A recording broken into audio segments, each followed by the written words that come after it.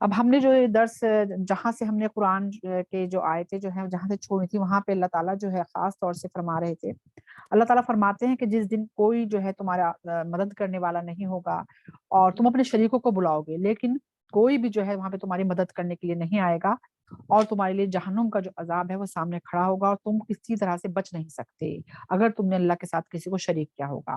تو اب ہم اسی سلسلے کو آگے لیتے ہیں، آیت نمبر 54 سے 59۔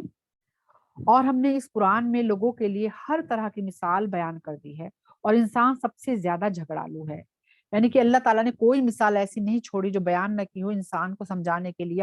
مچھر کے پر تک کے اللہ نے مثال دی ہے، مکڑی کی مثال دی ہے، اس کے علاوہ بارش سے مثال دی ہے، چٹیل میدان سے مثال دی ہے، یعنی کوئی مثال ایسی نہیں کہ اللہ نے نہ چھوڑی ہو، ہر طرح سے اللہ نے سمجھایا ہے۔ لیکن بات وہی ہے کہ جو ہدایت پانا چاہتا ہے، جس کے اندر طلب ہوتی ہے، تو وہ ایک آیت سے ہی اس کی راہیں آسان ہو جاتی ہیں، اور جس کے اندر سیکھنے کی، سمجھنے کی، عمل کرنے کی خواہش ہی نہیں ہوتی، پورا قرآن بھی اس کو گھول کے پلا دیا جائے تو وہ اس پہ عمل نہیں کرے گا۔ تو اسی لیے سب سے مین چیز جو ہے نا اللہ یہ دل ہے، جب تک اس دل کے اندر خواہش نہیں پیدا ہوگی نا اللہ تعالیٰ سے جڑنے کی، اس قرآن سے جڑنے کی، رسول اکرم صلی اللہ علیہ وسلم کی سنتوں سے جڑنے کی، جب تک یہ خواہش نہیں ہوگی، جب تک کتنا بھی ہم پڑھ لیں کوئی چیز جو ہے ہمارے پاس اثر نہیں کر سکتی۔ اور جب لوگوں کے پاس ہدایت آ گئی تو انہوں نے ایمان اور اپنے رب سے مغفرت مانگنے سے کسی بات نے نہیں روکا، یعنی کہ جب ان کے پاس ہدایت آئے گی تو کسی چیز نے نہیں روکا تھا انہیں، مگر یہ انتظار کہ ان کے ساتھ بھی گزری ہوئی قوموں جیسا معاملہ ہو یا قیامت کے دن کا عذاب ان کی آنکھوں کے سامنے آ جائے، یعنی کہ ان کے پاس ساری کی ساری نشانیاں آ چکی ہیں، آیتیں آ چکی ہیں، لیکن اس کے بعد بھی وہ کیا انتظار کر رہے ہیں کہ وہ جو ایک وعدہ کیا گیا ہے نا کہ تمہارے اوپر جو عذاب آئے گا، کیا وہ اس عذاب کا وعدہ کر رہے ہیں؟ اور جب وہ عذاب آئے گا یا قیامت کا دن آئے گا یا آخرت میں تمہیں بلایا جائے گا تو پھر تم کتنے بھی توبہ استغفار کرو وہ قبول نہیں کی جائے گی۔ توبہ کرنے کا جو وقت ہے نا وہ تو ابھی ہے، اور جب تم وہ نشانی دیکھ لو گے، یعنی کہ اپنی موت کو اپنی آنکھوں سے دیکھ لو گے، یا تم آخرت میں کھڑے ہو کر تم دیکھو گے تم تو خسارے میں رہ گئے، دنیا میں جو ہے تم نے کچھ بھی نہیں کیا، وہاں تمہارے توبہ کوئی کام نہیں آئے گی۔ تو اللہ تعالیٰ یہی کہہ رہے ہیں کیا تم اپنی آنکھوں سے عذاب کو دیکھنے کے بعد توبہ کرو گے؟ اور ہم رسولوں کو صرف اس لیے بھیجتے ہیں کہ وہ لوگوں کو جنت کی خوشخبری دیں اور جہنم سے ڈرائیں، اور اہل کفر اور باطل جو ہے شبہات کے ذریعے جھگڑتے ہیں تاکہ ان کے ذریعے حق کو ختم کر دیں، اور میری آیتوں کا اور اس عذاب کا جس سے وہ ڈرائے جاتے ہیں مذاق اڑاتے ہیں۔ تو یہ مشرکوں کا جو ہے معاملہ رہا ہے، اور جو لوگ دین پہ عمل نہیں کرتے ان کا آج بھی یہ معاملہ ہے کہ اگر ان کو دین کی کوئی بات بتائی جائے اور ان کی نفس اسے قبول کرنے کو تیار نہ ہو تو وہ ان لوگوں کا مذاق اڑاتا ہے، یہ کون کرتا ہے اس زمانے میں؟ آج بھی آپ نے دیکھا ہوگا ہمارے چاروں طرف بھی ایسے لوگ ہیں، اس زمانے میں بھی تھے جب رسول اکرم صلی اللہ علیہ وسلم تھے، اور آج بھی ایسے لوگ ہیں جو دین کی چیزوں کا مذاق اڑاتے ہیں، اور اس سے ہوتا کیا ہے نقصان کہ ایک تو انہیں گناہ یہ مل رہا ہے وہ خود نہیں کر رہے، دوسرا یہ کہ وہ مذاق اڑا رہے ہیں دین کی، اور تیسرا کیا کہ وہ جو کرنا چاہ رہا ہے وہ بیچارہ ان کی اس وجہ سے کہ ظاہر بات ہے ہر انسان کا ایمان اتنا مضبوط نہیں ہوتا، اس کے اندر اتنی مضبوطی نہیں ہوتی، تقوی اتنا نہیں ہوتا کہ وہ لوگوں کا سامنا کر سکے، تو بہت سے جو کمزور لوگ ہوتے ہیں وہ بیچارے مذاق سے ڈر کے جو ہے چھوڑ دیتے ہیں دین کی چیزوں پر عمل کرنا۔ ایسے بہت سے لوگ میں نے دیکھے ہیں کہ دل سے چاہ رہے ہوتے ہیں کہ ہم یہ چیز کریں، لیکن اس خوف میں کہ لوگ جو ہے نکو بنا دیں گے، اور اس خوف میں وہ نہیں کرتا۔ آپ سوچیں کتنے گناہگار ہیں وہ لوگ جو ان لوگوں کا مذاق اڑاتے ہیں جو دین پر عمل کر رہے ہیں۔ اور اس آدمی سے بڑا اپنے حق میں ظالم کون ہوگا جس کو اس کے رب کی آیتوں کے ذریعے نصیحت کی جائے تو ان سے منہ موڑ لے، اور جو گناہ اس نے اپنے دونوں ہاتھوں سے کیے ہیں انہیں بھول جائے۔ بے شک ہم نے ان کے دلوں پر پردے ڈال دیے۔ کیوں پردے ڈال دیے؟ کہ ایک تو اللہ تعالیٰ نے کہا اپنے لیے ہی ظالم ہے وہ، کیونکہ ظاہر سی بات ہے جو انسان گناہ کرتا ہے وہ اپنے اوپر ہی تو ظلم کرتا ہے، کیونکہ جو وہ گناہ کرے گا کسی اور کو نہیں اس کا جو ہے وہ عذاب ملے گا، اس کو خود کو ملے گا، تو ایک تو وہ ظلم کر رہا ہے، پھر جو وہ گناہ کیے جا رہا ہے دونوں ہاتھوں سے بھر کے، مطلب ہوتا ہے کہ گناہ پر گناہ کیے جا رہا ہے اور اسے کوئی شعور ہی نہیں ہے کہ وہ توبہ کر لے، وہ بھول جاتا ہے، گناہ کرتا ہے بھول جاتا ہے میں نے کوئی اللہ تعالیٰ کی نافرمانی بھی کی ہے، اللہ تعالیٰ کوئی قانون بھی توڑا ہے، وہ بھول جاتا ہے۔ تو پھر کیا ہے؟ اللہ تعالیٰ کہتے ہیں پھر بے شک ہم کیا کرتے ہیں، پھر سزا کے طور پہ اللہ تعالیٰ کہتے ہیں کہ ہم ان کے دلوں پہ پردے ڈال دیتے ہیں، یعنی کہ پھر ان کو کوئی چیز جو ہے نا ان کو ہدایت نہیں دیتی، وہ قرآن کو نہ سمجھ، جس سے کہ وہ قرآن کو نہ سمجھے، اور ان کے کانوں میں ڈانٹ ڈال دی اللہ تعالیٰ نے۔ اور اگر آپ انہیں سیدھی راہ کی طرف بلائیں گے تو وہ راہ پر ہرگز نہیں آئیں گے، اور آپ کا رب بڑا مغفرت کرنے والا اور رحم کرنے والا ہے۔ واقعی ہمارا رب ہم سے بہت محبت کرتا ہے، بس جڑنے کی ضرورت ہے اور ہمیں اپنے گناہوں سے معافی مانگنے کی ضرورت ہے، اللہ تعالیٰ کی طرف مڑنے کی ضرورت ہے بس۔ اگر ان کے کرتوتوں پر ان کا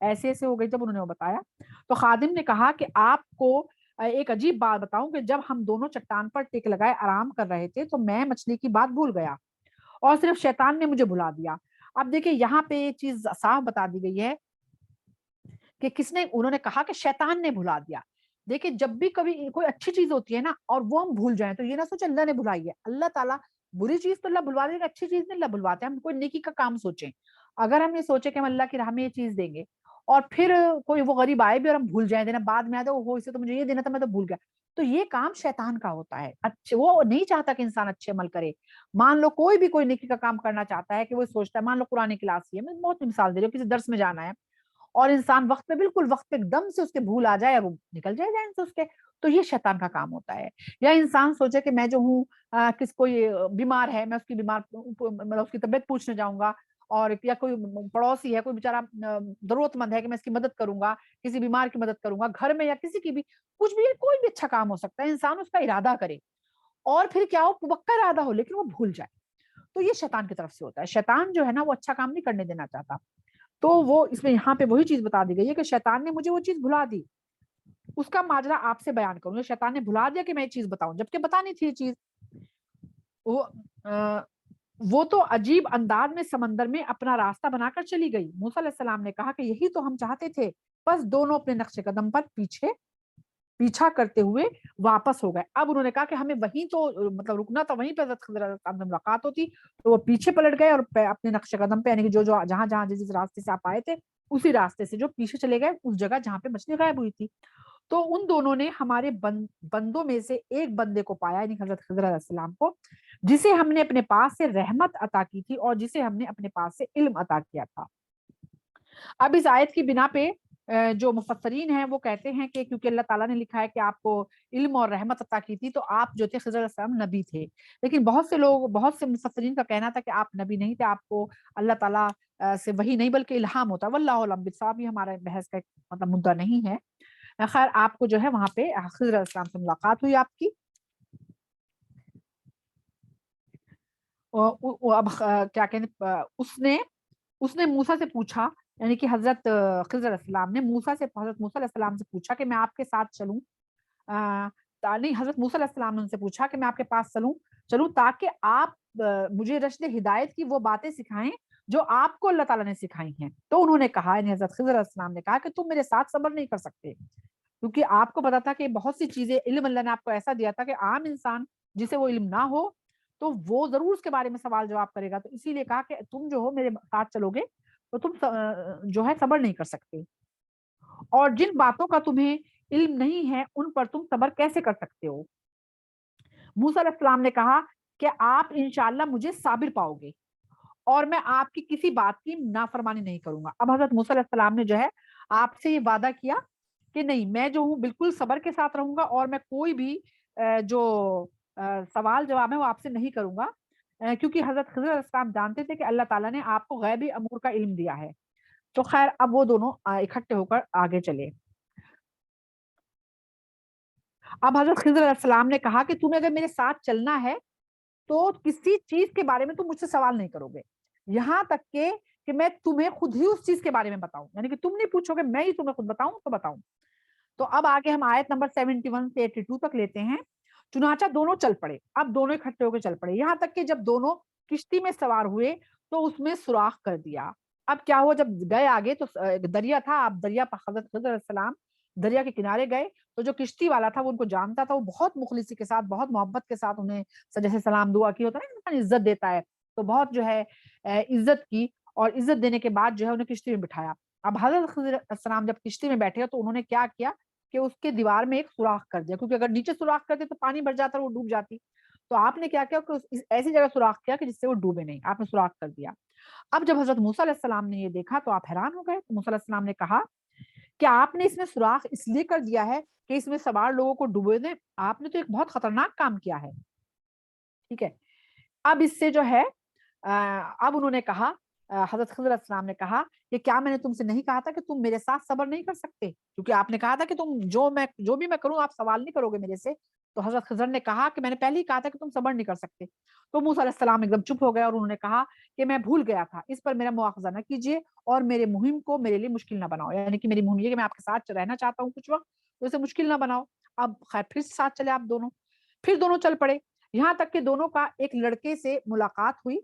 اب جب آپ آگے گئے جا کے تو ایک بستی میں ایک لڑکے بچے کھیل رہے تھے, تو اس میں 10-11 سال کا بچہ تھا. تو حضرت خضر علیہ السلام جو ہیں وہ وہاں پر گئے اور جا کر انہوں نے کیا کیا, ان سے ملاقات ہوئی تو تو انہوں نے حضرت خضر نے اس کو قتل کر دیا. تو جب قتل کر دیا اس کو تو حضرت موسیٰ علیہ السلام تو حیران رہ گئے, ظاہر سی بات ہے قتل بنا کسی اس کے قصاص کے. تو حضرت موسیٰ علیہ السلام نے کہا کہ آپ نے ایک بے گناہ آدمی کو بغیر قصاص واجب قتل کر دیا. قصاص واجب یعنی کہ اگر کوئی کسی کا قتل کرتا ہے تو قصاص ہوتا ہے اس پہ, یعنی کہ جان کا بدلہ جان ہوتا ہے. تو یعنی کہ یہ تو بچہ کسی کو مارا بھی نہیں تھا, بچہ تھا, یہ کیوں تم نے اسے قتل کر دیا, سوال کیا انہوں نے. تو آپ نے ایک بہت ہی ناپسندیدہ کام کیا ہے. حضرت موسیٰ علیہ السلام نے کہا حضرت خضر سے کہ آپ نے تو بہت ہی ناپسندیدہ جو ہے وہ کام کیا ہے. اب آگے جو ہے وہ پارا ہمارا جو ہے وہ اگلا شروع ہو رہا ہے. تو اب حضرت خضر علیہ السلام نے کہا میں نے تم سے کہا نہیں تھا کہ تم میرے ساتھ صبر نہیں کر سکتے. تو موسیٰ علیہ السلام نے کہا کہ اگر میں نے اس کے بعد آپ سے کوئی کسی بھی چیز کے بارے میں سوال کیا تو آپ مجھے اپنے ساتھ نہ رکھیے, میری جانب سے آپ ادھر کی انتہا کو پہنچ چکے. یعنی کہ اب انتہا ہو گئی ہے, یعنی کہ میں نے 2 بار سوال کر لیا, تو اب اگر میں کروں آئندہ تو میں کہہ رہا ہوں آپ مجھے چھوڑ دیجیے, مجھے مت رکھیے گا ساتھ. پھر دونوں چل پڑے, یہاں تک کہ ایک بستی والوں کے پاس آئے, ان سے کھانا مانگا تو انہوں نے دونوں کی میزبانی سے انکار کر دیا. یعنی کہ جس کے آدمی پہنچتا ہے, نیا ہو, مسافر سے کچھ بھی نہیں تھا, تو وہاں پہ انہوں نے کہا کہ ہم مسافر ہیں, کھانا چاہیے, تو ان لوگوں نے انکار کر دیا. یعنی کہ بہت بد اخلاقی دکھائی کہ نہیں ہمارے پاس کوئی کھانا نہیں ہے, میزبانی سے انکار کر دیا. پھر اس بستی میں دونوں کو ایک دیوار ملی جو گرنے ہی چاہتی تھی, یعنی کہ کوئی دیوار تھی بہت بوسیدہ ہوگی گرنے والی. تو حضرت خضر علیہ السلام نے اس کو سیدھا کر دیا, یعنی کہ اس کو صحیح کر دیا, مضبوط کر دیا اس کو. موسیٰ علیہ السلام نے کہا کہ اگر آپ چاہتے تو اس کام کی مزدوری لے لیتے, یعنی کہ ان لوگوں نے تمہیں کھانے کو بھی نہیں دیا, تو تم چاہتے تو اس دیوار کی مزدوری لے لیتے ان سے اور کھانے کا بھی بندوبست ہو جاتا. آپ سوچا ہوگا حضرت موسیٰ علیہ السلام نے. اب حضرت خضر علیہ السلام نے کہا میرے اور تمہارے درمیان جدائی کی یہی گھڑی ہے, یعنی کہ تم نے پھر سوال کر لیا, اب ہماری جدائی ہو جائے گی. جن باتوں پر تم صبر نہیں کر سکے تھے میں تمہیں ان کے بارے میں بتاتا ہوں. اب انہوں نے بتانا شروع کیا کہ وہ کشتی جو تھی وہ کچھ غریب لوگوں کی تھی. اس میں سے الفاظ آیا ہے فکانت لمساکینا. اچھا, اب مسکین کہا گیا, کینے کہا گیا مسکین, کہ وہ دیکھیں مسکین کسے کہتے ہیں, ہم تو مسکین اس کو سوچتے ہیں جو بیچارہ کچھ بھی نہیں ہے جس پہ. مسکین ان لوگوں کو کہا جاتا ہے جو بیچارے محنت مزدوری تو کر رہے ہیں, حلال روزی تو کما رہے ہیں, لیکن اتنی نہیں کما پا رہے کہ ان کا گزر بسر ہو سکے. ٹھیک ہے, وہ یہ نہیں ہے کہ خالی وہ بس مانگتے ہی پھر رہے ہیں, نہیں, بیچارے کام کر رہے ہوتے ہیں لیکن اتنا نہیں ہے کہ گزر بسر کر, سفید پوش بھی ہم ان کو کہہ سکتے ہیں, یا پھر یہ کہ بیچارے کما رہے ہیں. تو یہ لوگ وہ مسکین تھے کہ جو اپنا کام تو کر رہے تھے لیکن اتنا نہیں تھا کہ بہت زیادہ جو ہے وہ اتنا ہو کہ اپنی گزر بسر صحیح سے کر سکے, تو مسکین لوگ تھے. اچھا, فقیر کا جو مانگنے والے ہوتے ہیں نا فقیر کہا جاتا ہے. اور ہم لوگوں کا کیا حال ہے, ہم صرف فقیروں کو تو سمجھتے ہیں مانگنے والا, مسکینوں کی مدد کرنا ہم سمجھتے ہیں کما تو رہا ہے, یہ کام تو کر رہا ہے, کیا دینا ہے, تو کام کرے. نہیں, بلکہ ایسے لوگوں کو زیادہ ضرورت ہے, وہ اس وجہ سے یہ بیچارے مانگتے نہیں ہیں کہ جسے محنت مزدوری کرتے ہیں. لیکن ہمیں چاہیے کہ ان کی ضرورتوں کو پورا کرنا, یہ نہیں کہ جب مانگے کوئی تبھی دیں.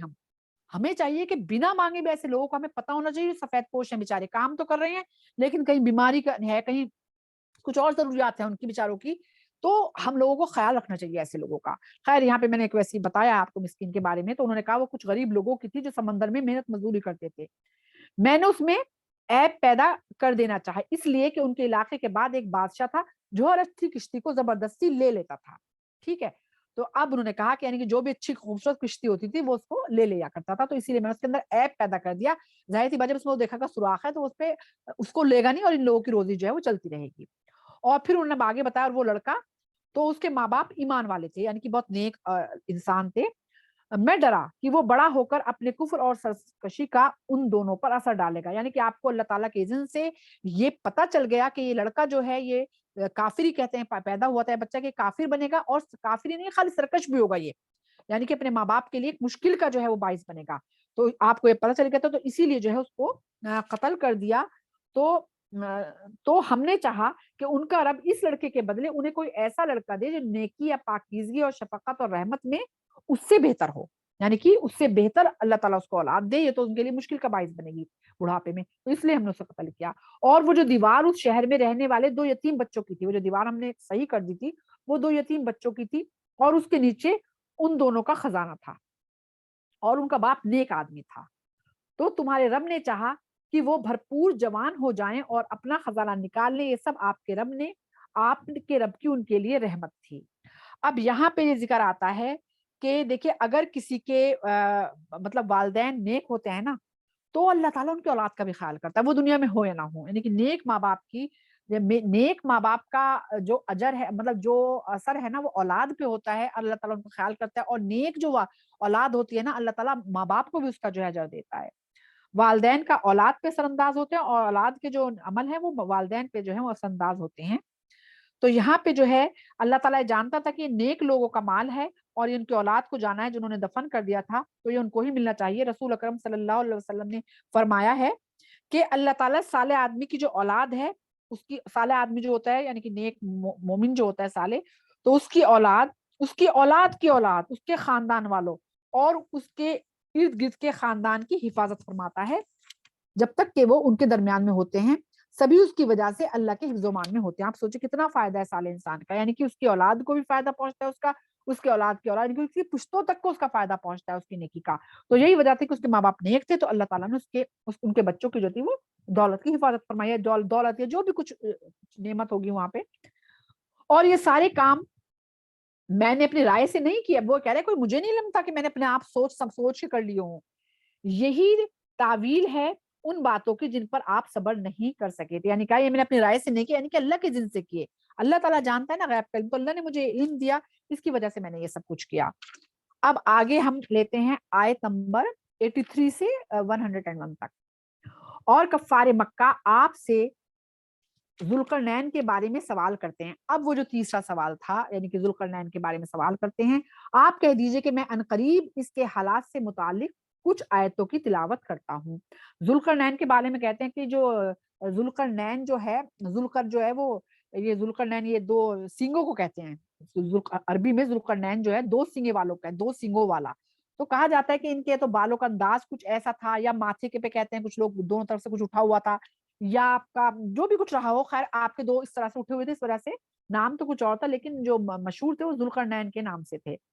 اب اس کے بارے میں آتا ہے کہ کون تھے ذوالقرنین، تو اس کے بارے میں بہت سی ہمیں وہ ملتے ہیں مفسرین کی چیزیں، لیکن جو سب سے زیادہ جس کو مفسرین نے جو ہے اکثریت نے مانا ہے، تو جس میں حافظ ابن کثیر بھی ہیں، ان کا یہ کہنا ہے ذوالقرنین وہ ہے کہ ابراہیم علیہ السلام کے ساتھ جو ہے کے زمانے میں یہ پایا گیا تھا، اور یہ جو تھا بادشاہ تھا اس وقت، اور بہت نیک اور مومن تھا، اور آگے اس کی جو ہے ساری کی ساری انشاءاللہ وہ آئیں گی کہ وہ کس طرح کا تھا۔ تو اب آگے ہم پڑھتے ہیں اس کے بارے میں کہ بے شک ہم نے سرزمین پر اسے حکومت دی تھی اور ہر چیز کے لیے اسے سامان دیا تھا۔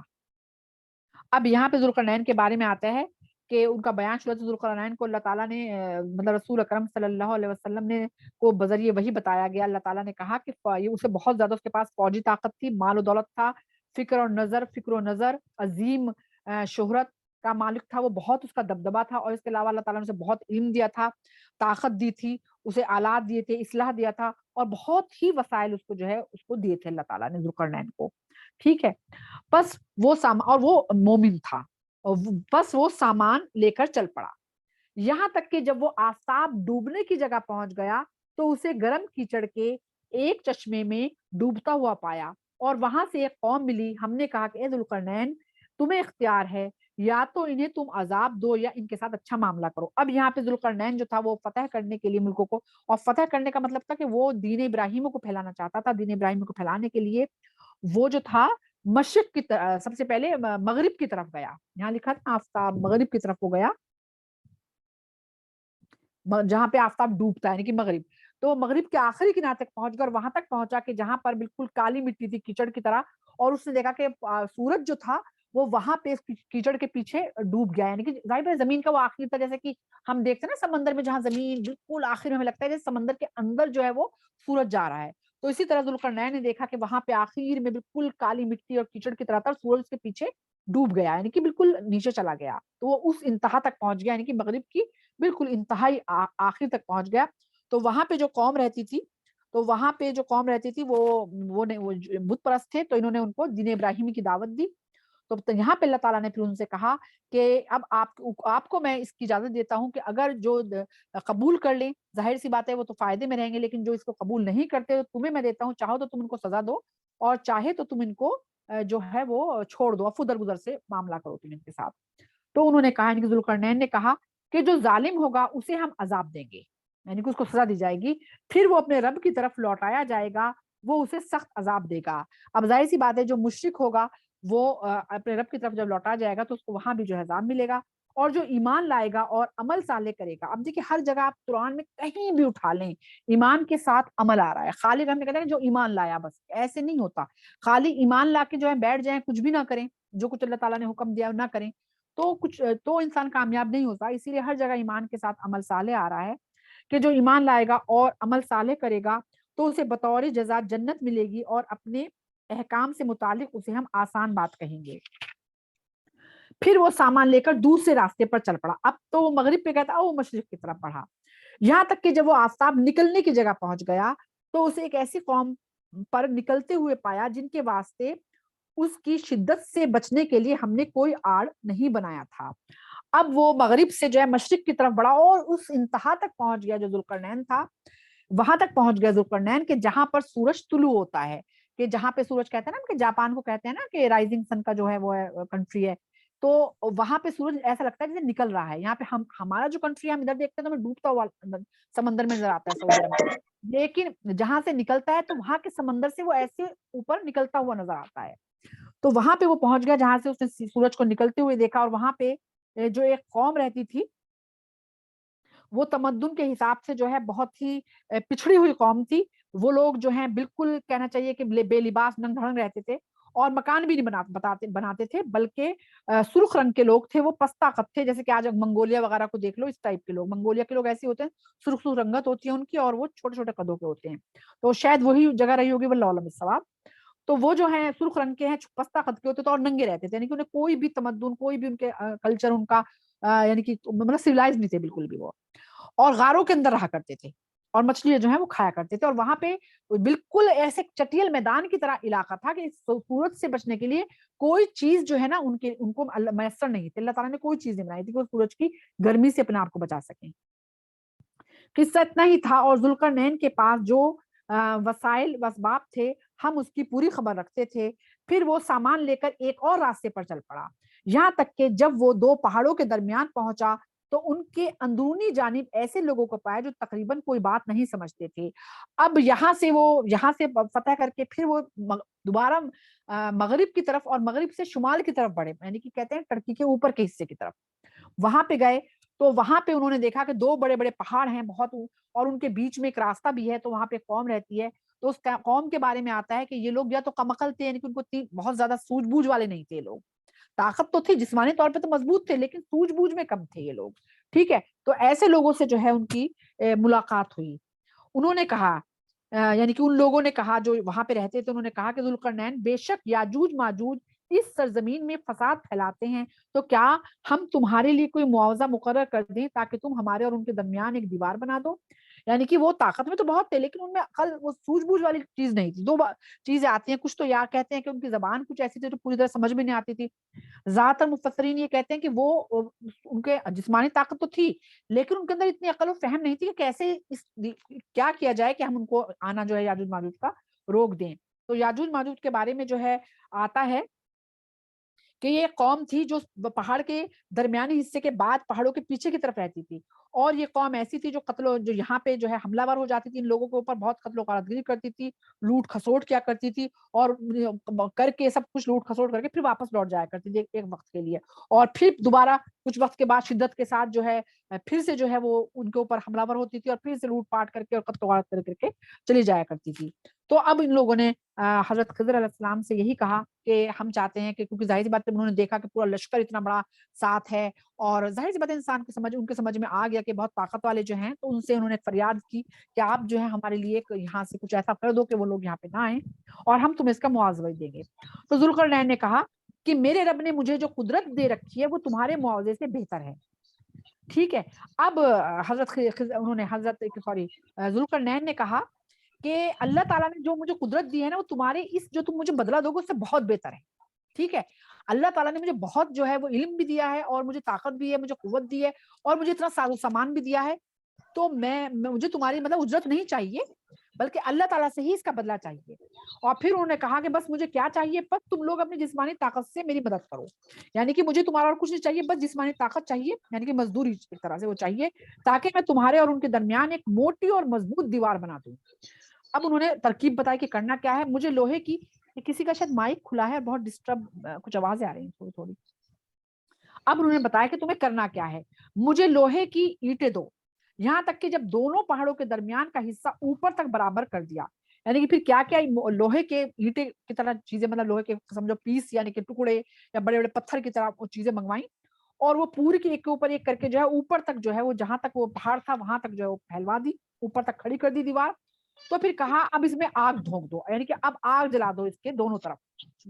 اب اس سے کیا ہوا, جب اس نے آگ جو ہے وہ مطلب آگ نے اسے تپا دیا لوہے کا, وہ چپک گیا آپس میں, ایک دیوار سی بن گئی چپک کے, یعنی کہ پہلے تو الگ الگ پیس تھے, پھر وہ چپک کے بالکل آپس میں ایک مضبوط دیوار بن گئی.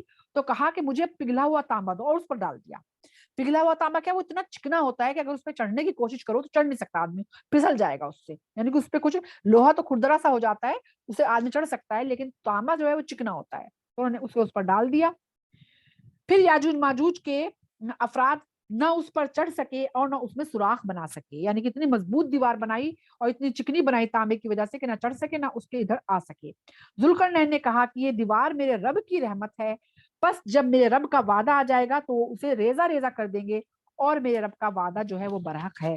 اب ذوالقرنین نے کہا کہ جو یاجوج ماجوج ہیں یہ نہیں ہے کہ کبھی نہیں نکلیں گے, یہ جب میرا رب کا وعدہ ہے کہ یہ نکلیں گے تو پھر یہ دیوار بھی کوئی کام نہیں آئے گی. جب اللہ کا حکم ہوگا تو یہ دیوار جو ہے وہ پاش پاش ہو جائے گی.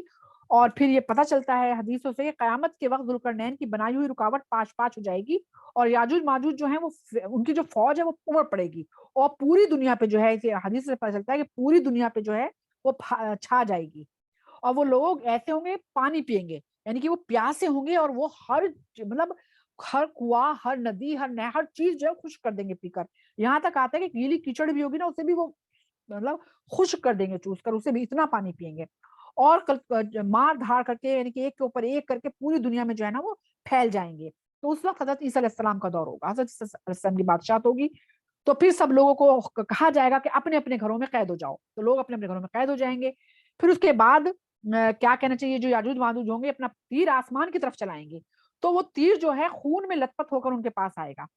تو اب وہ کیا کہیں گے, بڑے اس سے مطلب ان کو فخر ہوگا, وہ کہیں گے زمین والوں کو بھی ہم نے اپنا مغلوب بنا لیا, اور آسمان والوں سے بھی زیادہ ہم نے جو ہے بلند مقام والے ہوگا. انہیں یہ تو اللہ تعالیٰ کرے گا نا یہ چیز, تو کہ ان کی ایک سزا ہوگی, یعنی کہ ایک امتحان ہوگا یہ. تو وہ اور تکبر میں آ جائیں گے, وہ کہیں گے ہم نے آسمان والوں کو بھی ختم کر دیا, کہ تیر ہی نہیں ایک تیر چھوڑیں گے, سب لوگ تیر چھوڑیں گے. وہ خون میں سنے ہوئے آئیں گے, تو وہ کہیں گے کہ ہم تو آسمان والوں سے بھی زیادہ جو ہے ہم نے مقام پا لیا. پھر اللہ تعالیٰ کی طرف سے بھی کہتے ہیں حضرت عیسیٰ علیہ السلام سے لوگ کہیں گے کہ آپ دعا کریں اللہ سے کہ اس پریشانی سے نجات دی جائے, تو وہ دعا کریں گے. اچھا دیکھیے, پہلے زمانے میں تو لوگ سوچتے ہوں گے ہر انسان اپنے اپنے گھروں میں قید ہے, اور پوری دنیا میں کہاں کہاں پتہ نہیں وہ پھیلیں گے, کس کس ایریا میں پھیلیں گے, تو کیسے سارے لوگ حضرت عیسیٰ سے کہہ دیں گے. تو آپ سوچیے, آج تو بہت آسان ہے سوچنا کہ آج تو موبائل ہے, لوگوں کے پاس فون ہے, کسی بھی دنیا کے ملک میں لوگ ہیں اس سے رابطہ کیا جا سکتا ہے, کہا جا سکتا ہے. آج تو سمجھ, لیکن اس وقت بھی لوگوں نے سنا اور یقین کیا. تو خیر سارے لوگ حضرت عیسیٰ علیہ السلام سے کہیں گے, پھر وہ دعا کریں گے. پھر اللہ تعالیٰ جو ہے ان کی گدیوں میں ایک بیماری پیدا کر دے, یعنی کہ کیڑا پیدا ہو جائے گا, جس کی وجہ سے تمام کے تمام ہلاک ہو جائیں گے. رسول اکرم صلی اللہ علیہ وسلم نے فرمایا ہے, اس ذات کی قسم جس کے ہاتھ میں محمد صلی اللہ علیہ وسلم کی جان ہے, زمین کے چوپائے ان کے گوشت کھا کر موٹے ہو جائیں گے اور اللہ کا شکر ادا کریں گے. اور کہیں کہیں حدیث میں آتا ہے کہ پھر اللہ تعالیٰ آسمان سے پرندے اتارے گا, اور وہ پرندے جو کیونکہ بدبو پھیل جائے گی, وہ اتنی بڑی تعداد میں ہوں گے کہ شاید چوپائے بھی ان کو پوری طرح نہیں کھا پائیں گے. تو پھر پرندے آئیں گے اور وہ ان کو اٹھا کر لے جا کے دور دراز کے سمندر میں پھینک دیں گے. واللہ اعلم بالصواب.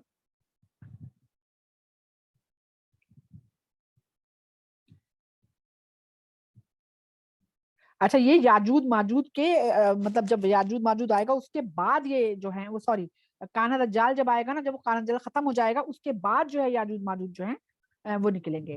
اب آگے آتا ہے, اور اس دن ہم ان سب کو آپس میں گتھم گتھا کر دیں گے اور سور پھونک دیا جائے گا, پھر ہم ان سب کو ایک ساتھ جمع کریں گے. اب یہاں پہ جو یہ آیت ہے نا,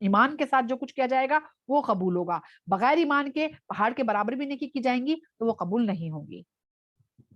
ان کا بدلہ جہنم ہوگا، اس لیے کہ انہوں نے کفر کی راہ اختیار کی اور میری آیتوں اور میرے رسولوں کا مذاق اڑایا۔ بے شک جو لوگ ایمان لائے، اب یہاں پہ تو ان کا ذکر تھا جو جہنم میں جانے والے ہیں، اب یہاں پہ ذکر ہو رہا ہے جنتیوں کا۔ بے شک جو لوگ ایمان لائے اور انہوں نے عمل صالح کیا، ان کی ضیافت کے لیے فردوس کے باغات ہوں گے۔ سبحان اللہ، سبحان اللہ۔ اللہ تعالیٰ سے جب بھی دعا کرو اس کی اللہم اسألک الجنہ، اللہ تعالیٰ سے جب بھی مانگو جنت، جنت الفردوس مانگو۔ نبی کریم صلی اللہ علیہ وسلم نے فرمایا ہے کہ تم لوگ جب اللہ سے جنت مانگو تو فردوس مانگو، جو جنت کا مرکزی اور سب سے اعلیٰ مقام ہے۔ جنت کی اور ساری نہریں جو ہیں وہ جنت الفردوس سے ہی نکلتی ہیں، اور ہمیں دعا کرنی چاہیے کہ اللہ تعالیٰ میں آپ سے جنت الفردوس کا سوال کرتی ہوں، اپنے لیے، اپنے والدین کے لیے، اپنے اہل و عیال کے لیے، بہن بھائیوں کے لیے، قرآن اور سنت پر عمل کرنے والے تمام مسلمان بھائیوں کے لیے، اور تمام ان بہنوں کے لیے جو دین کی سے جڑی ہوئی ہیں۔ اللہ تعالیٰ سب کے لیے جو ہے اللہ تعالیٰ جنت الفردوس میں جگہ دینا، اللہ تعالیٰ یا رحمان الرحیم اور سب کی خطاؤں کو معاف فرمانا، آمین یا رب العالمین۔ ان میں وہ ہمیشہ کے لیے رہیں گے، یعنی کہ جنت الفردوس میں ان سے، اور وہ نکلنا نہیں چاہیں گے۔ ظاہر سی بات ہے، ایک انسان جو ہے اگر اسے بہترین ایسی جگہ پہ رکھا جائے جہاں اس پہ آسائش کے ہر سامان ہو اور جو وہ خواہش کرے ہر چیز پیش کر دی جائے، تو کون چاہے گا وہاں سے نکلنا؟ تو جنت سے وہ نکلنا نہیں چاہیں گے۔ آپ کہیے کہ اگر میرے رب کے کلمات لکھنے کے لیے سارا سمندر روشنائی بن جائے تو میرے رب کے کلمات ختم ہونے سے پہلے سمندر خوش ہو جائے گا، چاہے مدد کے لیے ہم اسی جیسے اور سمندر بھی لے آئیں۔ یعنی کہ رب کے کلمات اتنے ہیں، اگر ہم اللہ تعالیٰ کے حمد و ثنا بیان کرنے لگیں یا اللہ تعالیٰ کے جو کلمات ہیں وہ لکھنے لگیں، تو سمندر اگر سارے سمندروں کو سیاہی بنا دے تو وہ کم پڑ جائیں۔ تو بہت سے لوگ لگتے ہیں کیسے ہو سکتا ہے؟ آپ سوچئے، میں کل ہی ذکر کر رہی تھی، پروگرام میں تھی، کہ اگر ہم دیکھیں دنیا کے سامنے، دنیا جو ہے وہ ایک چنے کی دال ہے، تو یا کہ دنیا جو ہے وہ ایک ٹیبل ٹینس کی بال کے برابر ہے، اور سورج ایک فٹ بال کے برابر ہے۔ اس کے بعد اتنے بڑے بڑے پلینٹ ہیں کہ سورج ان کے سامنے ایک چنے کی دال کے برابر ہے، اور فٹ بال۔ اب سوچے دنیا کا کیا مقام ہے وہاں پہ، ایک ذرہ جسے کہنا چاہیے نا، وہ دنیا ہے، اور اس میں ہم رہتے ہیں۔ آپ سوچیے، اور پھر ہم کس سے بغاوت کرتے ہیں؟ اس رب سے جس نے اتنے بڑے بڑے پلینٹس کا مالک ہے۔ 13,000 میل جو ہے، کہتے ہیں کہ سورج دنیا کا جو ہے گول جو ہے وہ 13,000 میل ہے، اور کئی بلینس، پتہ نہیں کتنے 100 بلین سے کتنے ہزار بلین جن کا بڑا وہ گول ہے، اتنے بڑے پلینٹس ہیں، بتائیے۔ تو پھر اللہ کے کلمات تو سب کے لیے ہوگا، ہو سکتا ہے پلینٹ سے بھی دنیا ہو سکتا ہے، ہمیں تو نہیں پتا نا۔